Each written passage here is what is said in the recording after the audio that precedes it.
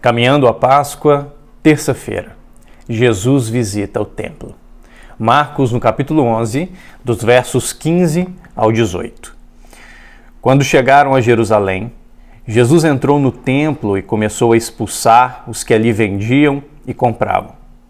Ele revirou as mesas dos cambistas e as cadeiras dos que vendiam pombas, e não consentia que atravessassem o templo carregando algum utensílio. Ele os ensinava, dizendo: não está escrito, a minha casa será chamada casa de oração a todas as nações? Mas vós a transformastes num antro de assaltantes. Quando os principais sacerdotes e os escribas ouviram isso, começaram a procurar um modo de matá-lo, pois o temiam, porque toda a multidão se maravilhava com o seu ensino. Jesus, a caminho da crucificação, visita o templo mais uma vez. Dessa vez, o texto nos mostra que um sentimento de um grande zelo toma o coração do mestre. Ao chegar ao templo, ele percebe uma movimentação estranha, algo que não era para acontecer naquele local. Cambistas que trocavam moedas de estrangeiros para comprar ofertas, um grande comércio acontecendo ali dentro, um verdadeiro lugar de corrupção, transgressão e, como o texto nos diz, um antro de assaltantes. Jesus toma medidas que muitas vezes nós não percebemos durante o Evangelho. O mestre vira mesas, revira cadeiras, expulsa pessoas daquele local, pois essas pessoas não estavam vivendo o que aquele local foi criado para que se vivesse.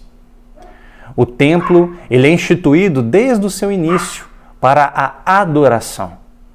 Se olharmos para a criação do tabernáculo, depois para o primeiro templo construído por Salomão, ele sempre teve um fundamento: ser o local de encontro, o local onde a igreja se reúne para se conectar ao Deus eterno, para ouvir a palavra deste Deus, para adorar a este Deus eterno, para dobrar os seus joelhos em oração, em devoção, em busca, enquanto recebe a maravilhosa presença do Deus vivo naquele local.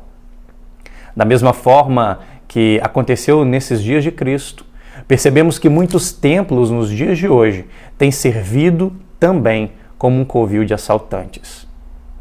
Que possamos, como Igreja de Cristo, relembrar a importância do templo, que apesar de hoje sermos morada do Espírito Santo e sermos então templos vivos da presença de Deus, aquele lugar físico ainda assim é um lugar importantíssimo, onde a comunidade, de forma conjunta, adora a Deus, recebe a sua palavra, a sua graça sobre todos nós, em atitude de profunda devoção e adoração comunitária.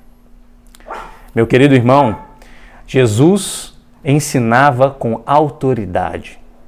E o texto finaliza nos mostrando que o seu ensino e as suas ações faziam com que aquelas pessoas elas se maravilhassem com o mestre. Ao ponto dos escribas e fariseus, como aqui diz o texto, começarem a tramar a sua morte.